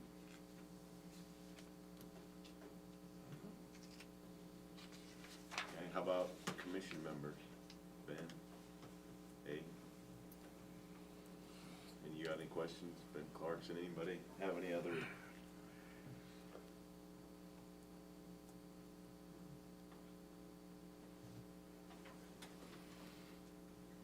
I don't have any question. I think, you know, overall. Well, I mean, this I is- hope. These are the growing pains that, Yeah. again, I won't bore you with the examples, but, you know, that's why I brought that up. Historically, from what Kanab City has done, when, say, 1100 South, that not that many decades ago was a gravel road back in there, and was, you know, the same thing went in, and now there's been, you know, a dozen homes back in there and stuff, and that area has developed, or, so I know that there's some shifting. I do want to, you know, see that the landowners have a voice and are treated, you know, fairly in documenting their use, and that they don't feel like some, you know, use or right was taken away from them by the virtue of the community needing this and the neighbors needing this. But I think there is a way to work through it where overall it is fair. If you crunch exactly, you know, dollars and cents back and forth, nobody can say what the overall benefit is or was until, you know, somewhat in hindsight. And if not, if it stays agricultural fields and nothing's built, that's my vote. Well, I agree. I hope you don't think we're trying to change where it gets developed. I mean, I think our whole goal, you know, is to answer your questions and let you know that you know, if this is what happens, you know, I mean, like same with the right to farm, like we have a great planning commission and city council that are for that and are pushing for those things. So, you know, and we've made a lot of changes and done a lot of good things for that, and, you know, we're definitely, I mean, on your guys' side with agriculture and farming and all that. So, I mean, I mean, not that you've attended all of our meetings, but we've talked about this a lot over the last few years. So, I just hope you guys know that we have your best interests, and that's what we're trying. We're trying to do what's best for the city and not have, island peninsula areas and try to make it as less painful as we can and still do what you guys want done, so that's just my feelings, so. But we haven't closed comment. If you guys have any other comments you wanna share, and then we can go on to entertain a motion or whatever you guys wanna do. One more question. Yeah, Joe?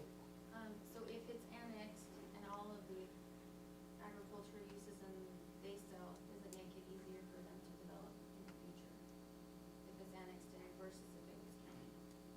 Because you wanna annex it for development, correct? Like the people that are asking? The people, no, I mean, like, so say if Randy wants to develop his property, now that it's annexed, is it easier for him to put in a subdivision than if it was county? Oh, that I don't know. That I'm not Yes. sure of. Yes. But so I- that, I think whether we agree or disagree, the fact is Randy can't put in a subdivision unless it's annexed or find some other way to get a water source. That's really the key. The sewer, or again, some of the sewer may be beyond the city's reach, so there may be some septic, that are approved or those kind of infrastructure put in. Right now, though, if any of these parcels wanted to do a development, even a residential home, they would be required to annex in or sign a non-opposition letter that they will annex in when that time comes. Because you're asking basically the city to provide services for a parcel that is not part of the city boundaries. The city council recently approved a development agreement specifically with that type of unincorporated parcel. They needed water, and in order to get that water, the city was the one that would have to provide it. But because that cost of that water, the infrastructure is essentially being borne by the city residents, that property owner agreed to not oppose future annexation, because it's within our annexation area. I have a question. Jill? Right now, we don't pay a storm drain fee because of where we are down there. If we're annexed, do we have to pay the storm drain because we would be in the city? Does your property get culinary water? My understanding was anytime there was a city water meter on a property, they were being charged stormwater fees. We So, don't pay I'm- one because we're never gonna use the storm drain down there. I think we'd have to confirm that, because my understanding was that was associated with the water I know, meter. and it's So- associated with the city, is what I was told. And we were not in the city, so we didn't have to pay it. But Again, I'd have to look into that We're never one. gonna have a storm drain down there. Let's be clear, and it's storm water, it's a storm water fee, not a storm drain fee. So it's Because, storm drain, but yeah, so the fee itself is a storm water fee because it's not merely establishing storm drains, but just addressing storm water generally throughout the city. And so, And it's broke down in verbiage. It explains storm drain, what percentage goes there. Is that what she's talking about? Is that the? Yes, yeah. it's that, I don't remember Yeah. the amount right now, but it was Yeah. like $12 or $13 not too long ago, so. what it would mean though is that when the area is annexed in, that's when the Public Works and our city engineers would more directly look at this area, and if there were stormwater issues, they'd be looking at infrastructure to address it, and that infrastructure comes in a lot of different varieties, and sometimes it happens right in that area, but sometimes it's outside that area to mitigate the amount of stormwater that comes in. Not knowing that area, I don't know if there's stormwater issues that would need to be addressed, but the city engineers and the Public Works Director are usually the ones that are qualified to look at that. Okay. But that one we'll have to come back to, I'm not really sure. Yeah, I'm not sure either. I mean, I know it's a good area as far as that goes with, flooding and stuff. It's not a real problem area, so. Okay, any other comments? Okay, we'll, close the public comment period and, any more discussion from council members? right. Okay, I'll entertain a motion then.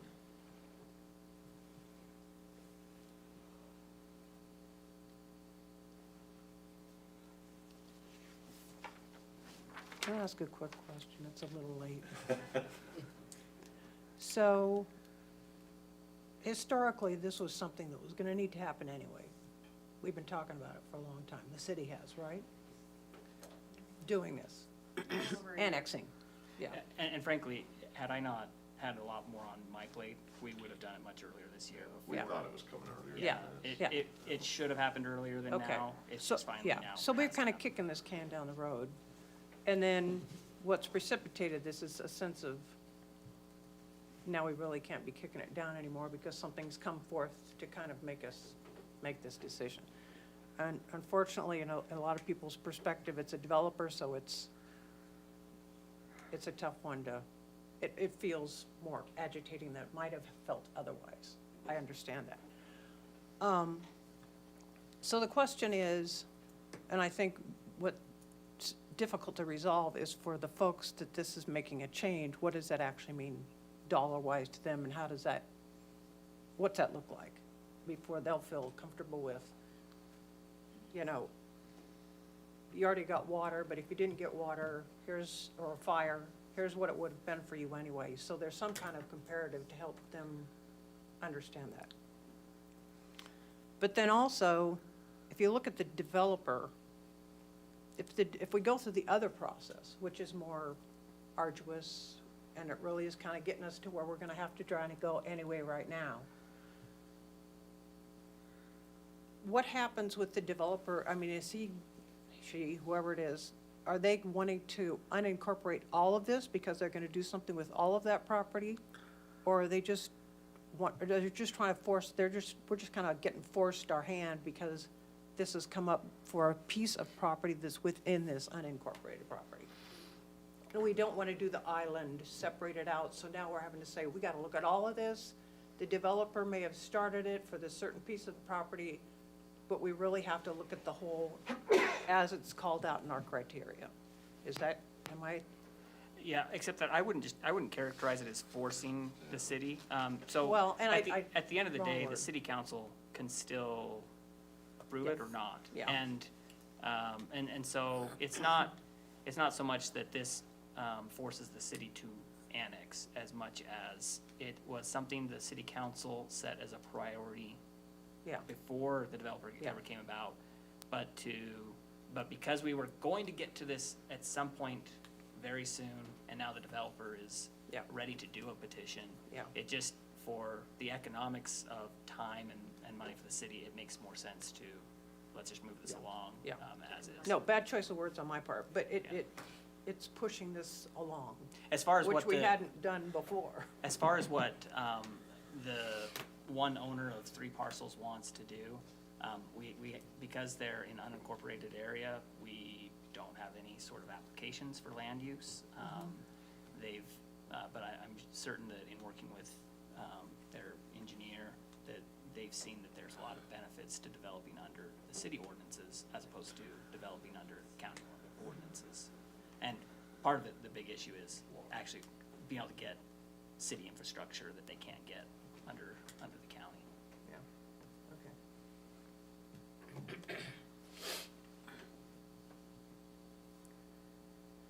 Thank you, Yep, done. all right. Okay. Anybody else? Are we, Mr. Wright, able, where we're missing some, and if Commissioner Wright has recused himself, do we even, can we make a binding decision? I mean, I don't wanna hold up the process unduly. You still have a I, quorum. but, You still have a quorum. It's 3 planning commissioners and 1 chair, so that you still have a quorum.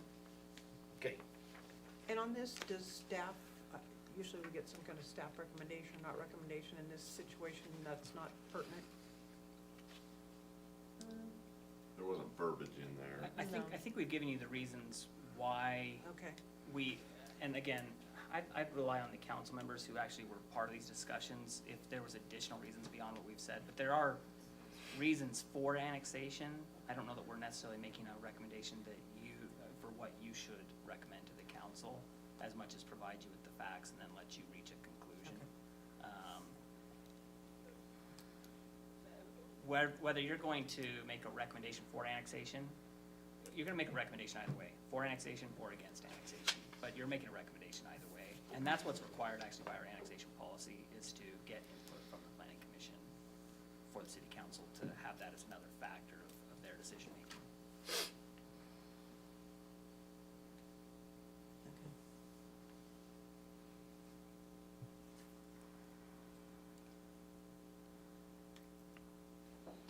Okay. Any other? I mean, I think, I hope you guys know, I think the whole issue with this is none of us know exactly. I mean, I feel like we've done a really good job of answering your questions and the same questions that I had, and hopefully, you know, trying to alleviate some of those concerns, because I have no idea. I didn't know what was required in annexation and grandfathering in and what it all entailed. So, I mean, I think everybody's up here is worried, I mean, concerned because, you know, because we care about you guys. You're the people we deal with every single day, you know, like you're our friends, you know, people that we look up to and respect. So, you know, I mean, I think everybody's just a little bit worried. I feel like we've done a good job, and the city has done a great job at explaining what's gonna happen. You know, as far as, obviously, we have no idea the cost. He explained the cost, you know, whether it offsets close to or not, like, I don't know. But I really feel like in the long run, you know, the benefit is gonna be greater than, you know, than what it's at now. And especially for the city. I mean, us as a planning commission, you know, in our general plan, I mean, it just makes more sense, I feel like, for our city, especially where there's no water down there available. You're already receiving those services, but, you know, I mean, we're not gonna make everybody happy that comes here either, so. But I hope you guys know that we definitely, you know, that's our goal, that's my goal, you know, as friends and community members is that. So I hope you don't hate us, whatever happens, you know. Don't slash my tires or, Yeah. but, yeah, well, yeah, anyway, but yeah, I think I mean, at that point, I think we've had enough discussion that, you know, we can make one way or another you know, a motion, so. Okay. Unless you guys have more questions, I mean, we can talk about it more, I don't care. I mean, either No, way. let's rip off the Band-Aid. Yeah, I'll put forward a positive recommendation. Before I do, I'd just like to say, I think Carrie brought up a lot of really good points, and I think the important point too is this is part of a process. It's gonna happen at some point, it just hasn't happened yet, so here we are. And I think the other important part is, part of that process is to have discussions with you to determine what that looks like, what your zoning will be, and whether you want to have it changed or not changed. So, based on that, I will put forward a recommendation for the annexation of approximately 36 parcels adjacent to the Kanab City Airport. All right, we have a motion, we have a second. Aye. A second by, was that Ben? Yeah, Aiken. Okay, all right, we'll roll call with you, Ben. Aiken. Aye. Aye. Aye. All right, the motion carries. And, I mean, just so you guys know, I mean, obviously, there's gonna be another,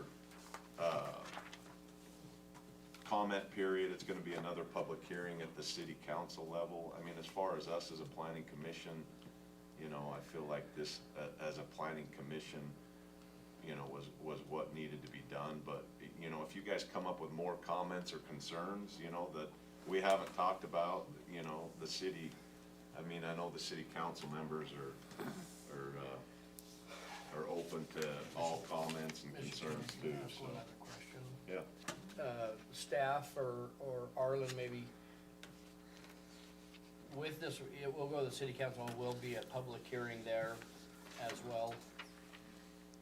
I wanna So- clarify, cause we've had a couple lately that that it got to city council, and then it was said the public hearing was at planning commission level, and they took comments at the beginning of the meeting, but it was not opened for public hearing specific on that item. So I want to be clear that, we've kind of mentioned this beforehand, we've got two separate tracks in this annexation process. One of them that is kind of running parallel to it will be recommendations and ultimately, if it's annexed, a decision about zoning. And that There's would come public back to hearing, us. it's gonna start here. Okay. There'll be a public hearing like there normally is for zoning designations, and you'll make a recommendation to the city council. So there's that track that follows the normal process that you deal with, and there's at least one public hearing. There could be two if the council decides they want to have an additional, hearing. When you talk about annexation and the process itself, the next phase is for the city council to consider a resolution indicating the intent to annex, which merely means they're giving notice to the property owners in that area, and the city as well, the public, that there's an intent to consider annexation of this area. That then runs at least 30 days, it'll actually be a little more than 30 days, and they set a hearing, a specific hearing at least 30 days out, and that's a public hearing. So there will definitely be a public hearing at the point of discussing and deciding on annexation. That's required by So statute. that's, all right. I just wanted to make sure that Yeah. I was No, that's assuming good. Yeah, 'cause I correctly, don't want to and, say and wrong. I just want to, they are two separate, as far as that property down there being annexed or not, if Whistler's where fish is, for it to stay agricultural and protect that is a core value of mine that I would, I've been fighting and trying to work against. But this has been an ongoing thing for decades, and I've seen, again, personally growing up on Kanab Creek Drive, when it was annexed into Kanab City in 1986, and the pros and cons, and I have property in the county and the city, and I have half that I wish were, and I have worse wouldn't, so it's a personal value. I would just like to ask if possibly staff could prepare for that public hearing, maybe a mock, home value, assuming we used to say 100,000, now it's 200, now $300,000 house, and what the taxes would be if it was annexed and if not. Because I do know from personal, the majority of the property down there is all vacant agricultural land. And they are on tax exempt status. So if this passed today, you would be paying taxes next year versus this year less than $10. There is a number, of a half dozen homes, and those homes are gonna see that increase of Kanab City tax, decrease of their water meter, cause they're on there, and where that falls out, again, is a small amount. So the annexation overall is something that progress is kind of dictating. I do want to be, and wanted to make sure we were involved as far as the zoning, and that those historic uses of the current, the current owner and even the owners before and stuff is, that we'll have another chance to voice and go through that on a different night, because that is, in my mind, it's got to be annexed sooner or later. I just wanna see it done correctly, and what they are zoned and how those rights are protected is a more important issue than overall. The annexing is gonna have some headache, but it will solve significant problems for the county and the city and the citizens. So I know that it's never fun, and I've been beat all which way. And if you haven't followed things in, between Kanab and Johnson Canyon and the issues with fire protection and water and those things out there, and talk of this group right here, if you ask why, and I didn't even know about, I haven't been involved in the discussion lately, you're the only Corps in town that hasn't been stepped on and beaten and tread on in the last 12 to 18 months. And so everybody in the county and the other parts of the city, have on certain issues, and this is one area that now, I guess, has to take its turn.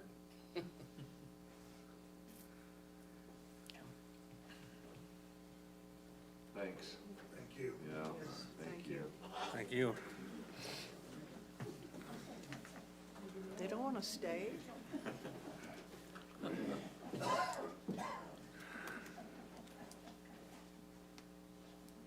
We were hoping to hear from you, Faye.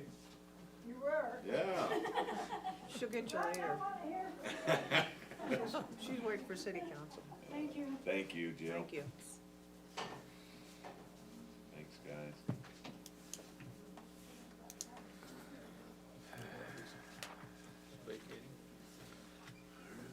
So which parcels were sold? All of these ones in the gray.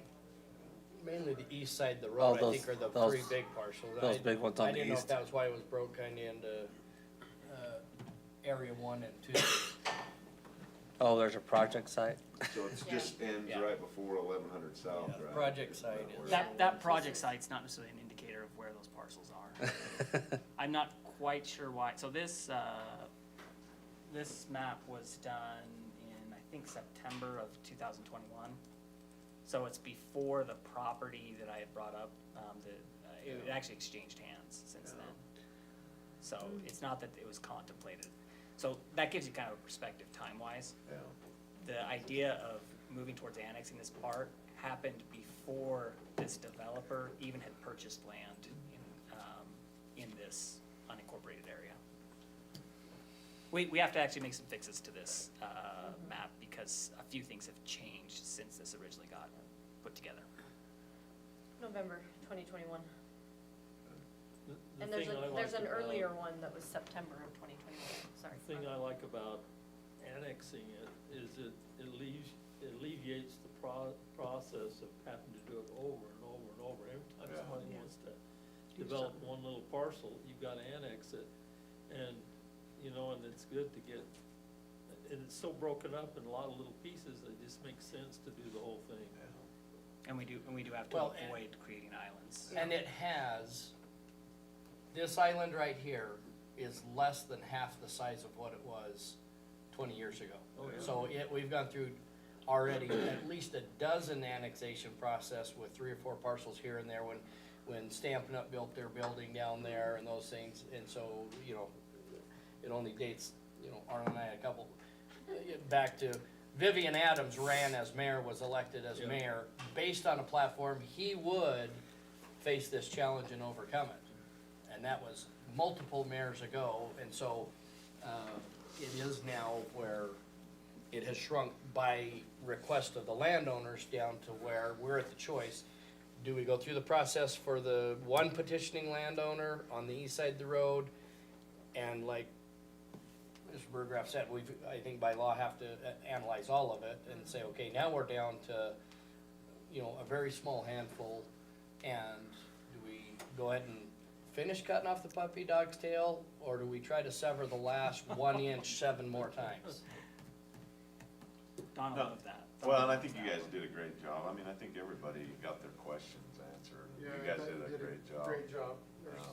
obviously some feelings involved with this, but. But I think everybody did a left. I great think job. everybody was very amicable and reasonable. The only ones that need to be maybe escorted have been escorted from many meetings before and will again. No, you guys did great. Thanks for that. You guys, do we want to revisit item 4, or do you guys want to, are we gonna just take our time and go over that on our own and then come back with those? What's everybody feeling here? What, man? You been beat up enough? You ready to, Unless there's an urgent application, yeah, I'll just, because I'm already offended half of you by talking tonight. Mostly me. With a skeleton, hey, you deserved it, but with Frankly, not that one was everybody, training. and if there's not an urgent I would like to look at this, because I didn't know what was coming back. I was not here in June, my fault, but some of this discussion, and, so I would make a motion to table it and still have a discussion to kind of look at these things as I drive around town and look at the different commercial. I do want to just say, because of some development and more multifamily going in commercial, we have reduced the number of commercial parcels substantially. However, I don't think the logic, I don't agree with the logic that we need to double the number. We're not changing the number of properties. There's no property out there that if somebody wanted to buy it and come in and it qualified for commercial, we wouldn't rezone it if it was appropriate. So to say, well, we're getting down to only 20% or 18% commercial property, that's not a reason to rezone more, that's not what this is doing anyway, or allocate. It's, I think, good as a review to keep up with the type of businesses we're seeing. Nobody was talking about food truck parking lots Yeah. before, or some of those things that are newer Yeah. ideas. Gotten 2 requests on. No, I'm just saying, 20 years ago, Oh, nobody ever heard oh, of that. sorry, Yeah. yes. That, we're updating this to current type of businesses in our market today, and you will see on here, there's no sewing machine factories that are, or record player manufacturers, because those are obsolete. So to update it, I think it's a good idea, but if there's no rush, I'd like to look at it. Well, I think all of us can be ready by next meeting with what we. Well, feel that's what I needs was to just be. gonna ask, cause you said make a motion to table it, which is a little different than a Oh, motion no, to no, continue it. Continue. Yeah. it. So I wanted to think that's clarify. fine. Well, we Chairs didn't, continue. I even wasn't clear on what the council wanted, or why they were sending it back. I get that you made some changes, but I didn't understand what they're. Well, and I get now, like, we didn't go through each one of those, really pick through it and go through them individually when we went over all this stuff. Well, Boyd wanted to just put Ps on everything and be done. Well, this, I mean, there was some discussion too, cause the future land use map was being discussed those same nights too, so it was a real look at what was going on, I think. I think the consolidating part of it, I mean, that's a good move. Yeah. I think we can bite that one off, but maybe some of these ads, the ones that we're adding, get a second look at. Yeah. The elementary school, is it zone C1? The current Yes. element? Yeah. No? Yeah, Okay. no, it was on the list. I'm trying to think, I don't think the high school and middle school, it was one of the parcels I looked at, but this one was, and the new one is as well. Yeah.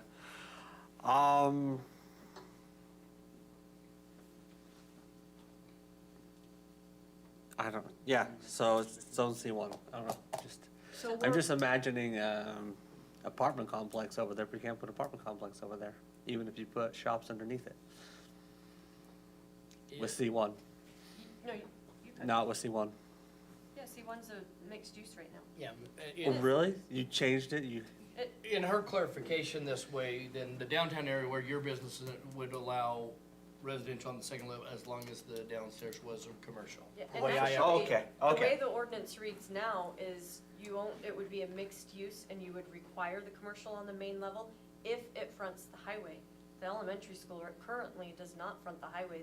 They could put apartments in there, just like what happened, just like the lofts. It wouldn't have to be commercial on the bottom. It could be a full apartment complex. Just like the lofts? The apartment complex, off the highway out here. Because it wasn't part of C1, they could put it, Wherever they wanted. they could put a That's- full unit. But that's in what I was saying. C1, it had to be, it had to be fronting or accessed off of the highway.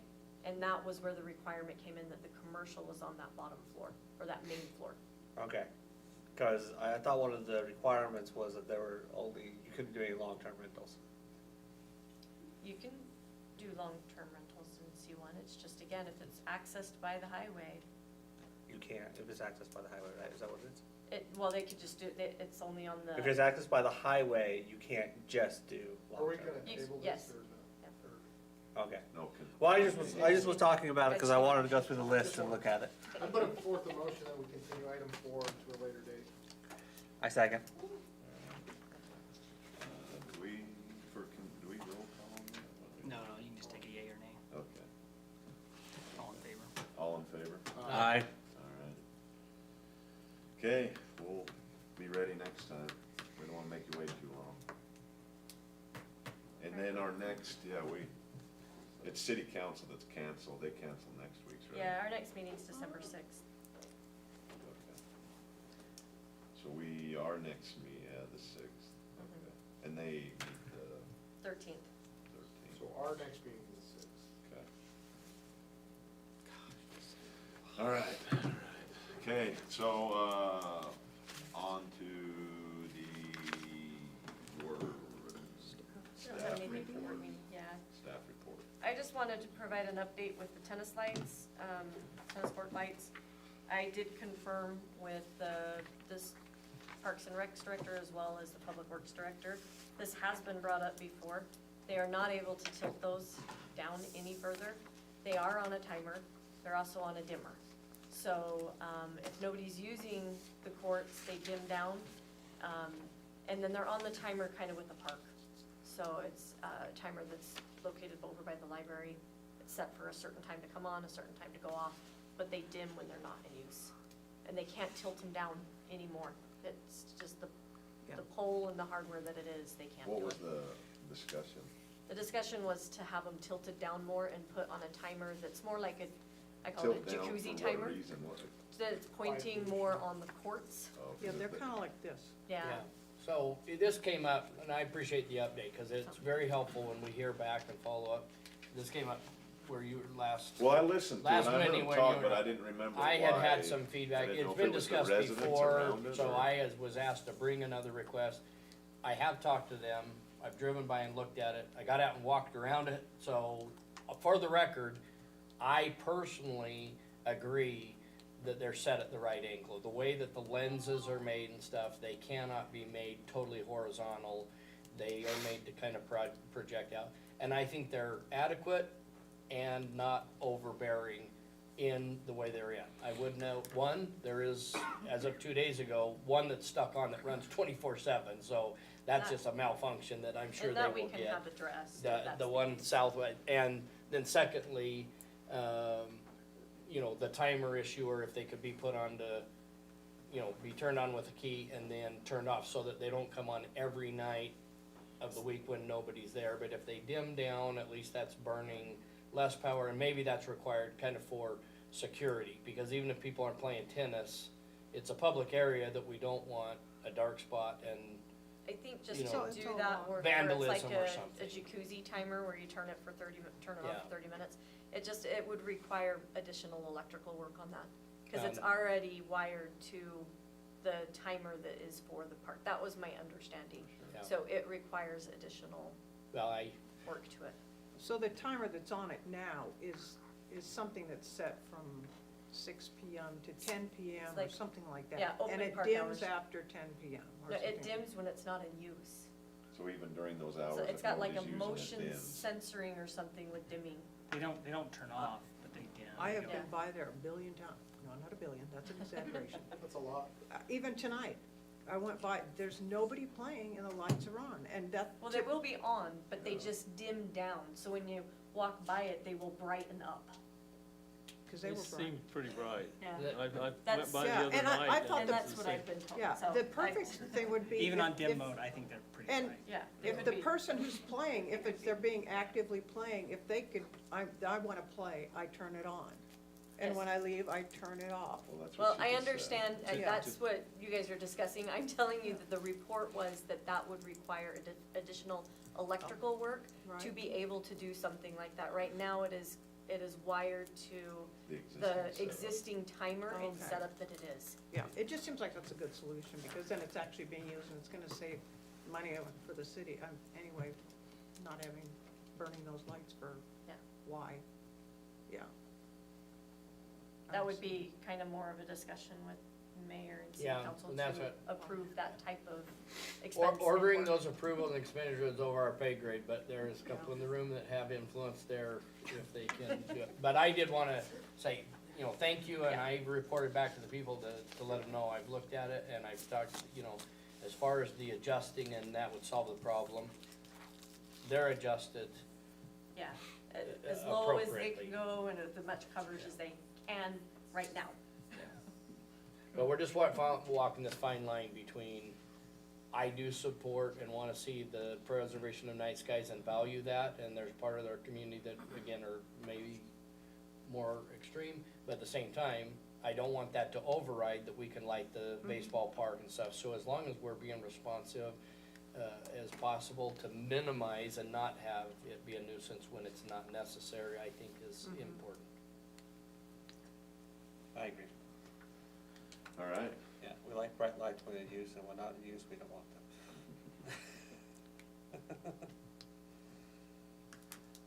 okay, commission member report. Ian? Covered what we, okay, council member liaison, Arlen. I don't know why I go blank every time you ask me that. We discussed quite a bit about the zoning map and stuff like that, and went over that quite a bit in our city council last time, and approved the use of going on digital, so it'll be updated digitally and not necessarily trying doing it on a handheld map because of the inconvenience and the expense of doing that.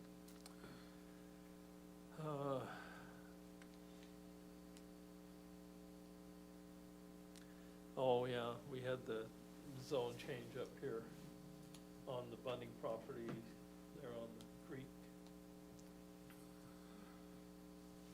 And I can't remember how it went. It was, It was a denial. yeah, We did. planning commission recommended to deny it, and the city council on a mixed vote, I think, We denied it also. they denied it also.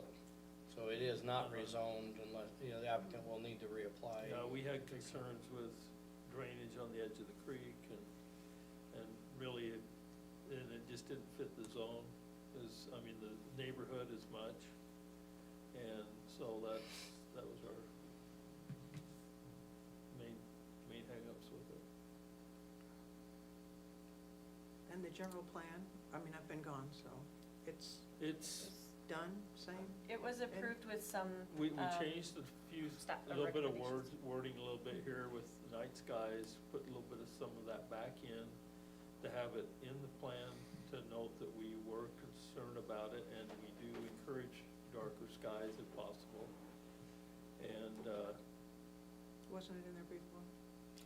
You added that? some of it had been, it was back and forth, if we wanted to take out parts of it, or take it out of the goals and stuff. We did take out the part where it said that we want to develop a plan for night skies, because we'd already done that, and so, Okay. but we wanted to make sure that we still encourage, the Fully shielded, I can't remember. shielded down facing lights. I don't know if we specified it as much, but we did mention that we do want to still support the night skies and through ordinances.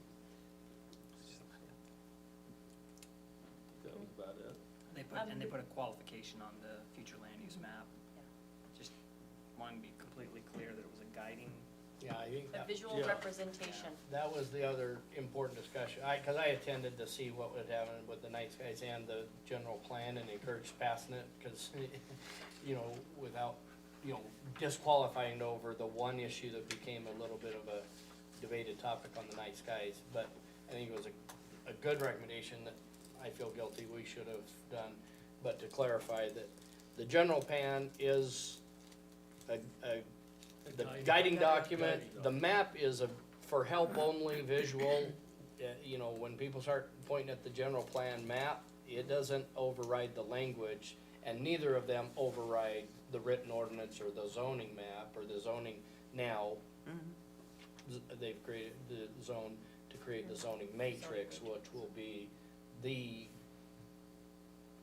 governing document on zones, and there's not this confusion that is created sometimes with the mapping or the delay and cost every time there's a single parcel rezoned. And then, You may remember you actually addressed the zoning matrix a little while back, so finally got it kind of over the hump and got it approved. Took input along the way. And it also allows staff, added language to that zoning, to the chapter 15 where it adopts the zoning matrix, to also give staff the ability to make clerical corrections, so that you're not constantly having, if there's a minor correction that needs to happen, or if a subdivision is created, you're not having to pass upon these things that are just clerical in nature. I don't think either of those, the changes related to the zoning matrix or the general plan as updated has been posted yet. yes, I'm just making a note about that. Staff is on it, so it should be soon.